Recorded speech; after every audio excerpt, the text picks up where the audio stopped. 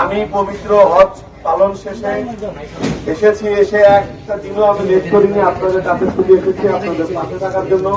আজ থেকে আমি এই প্রত্যেকটা চরের মানুষের জন্য কোথায় কি, আমি ইতিমধ্যেই ইউনো সাহেবের সাথে কথা বলেছি, আমরা প্রত্যেকটা গ্রামে আমরা সরকারের পক্ষ থেকে ত্রাণ কার্য পরিচালনা করতে চাই। যতদিন এই পানি থাকবে ততদিন আপনাদের পাশে আমরা থাকবো। যতগুলো গ্রাম রয়েছে আমরা পরিদর্শন করছি, তালিকা করেছি, এবং চেয়ারম্যান সাহেব, মেম্বার সাহেবরা আছেন, দলীয় নেতৃবৃন্দ রয়েছেন, প্রত্যেকের মাধ্যমে আমরা আমার যতগুলো চরাঞ্চল রয়েছে সমস্ত এই বন্যা কবলিত এলাকার মানুষের মাঝে সব মানুষকে ত্রাণের জন্য একত্রিত করাটা এটা খুব কঠিন কাজ। সুতরাং আমি চেয়ারম্যান সাহেবকে বলবো প্রত্যেকটা গ্রামে আমরা এই ত্রাণের কার্যক্রমটা ইনশাল্লাহ আমরা শুরু করবো, এবং যতক্ষণ বন্যার পানি রয়েছে ততক্ষণ আমরা আপনাদের পাশে আছি।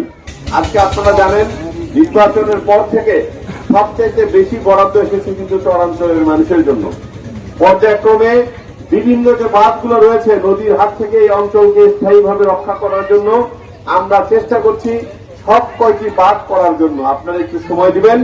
এছাড়াও যে রাস্তাঘাট যেগুলো বন্যায় ক্ষয়ক্ষতি হবে, স্কুল, কলেজ, শিক্ষা প্রতিষ্ঠান, বাজার ঘাট, আমরা বন্যার পরেই তাৎক্ষণিকভাবে আমি এসে সেগুলো দেখে এই ব্রিজ সহ যা যা দরকার আমি তাৎক্ষণিকভাবে বন্যার সময় আছি, এবং বন্যা পরবর্তী সময়ে যে সমস্যাগুলো হয় সেই সমস্যা মোকাবেলা করার জন্য আমি সবাইকে নিয়ে আপনাদের পাশে ইনশাল্লাহ থাকবো। আপনারা টেনশন করবেন না।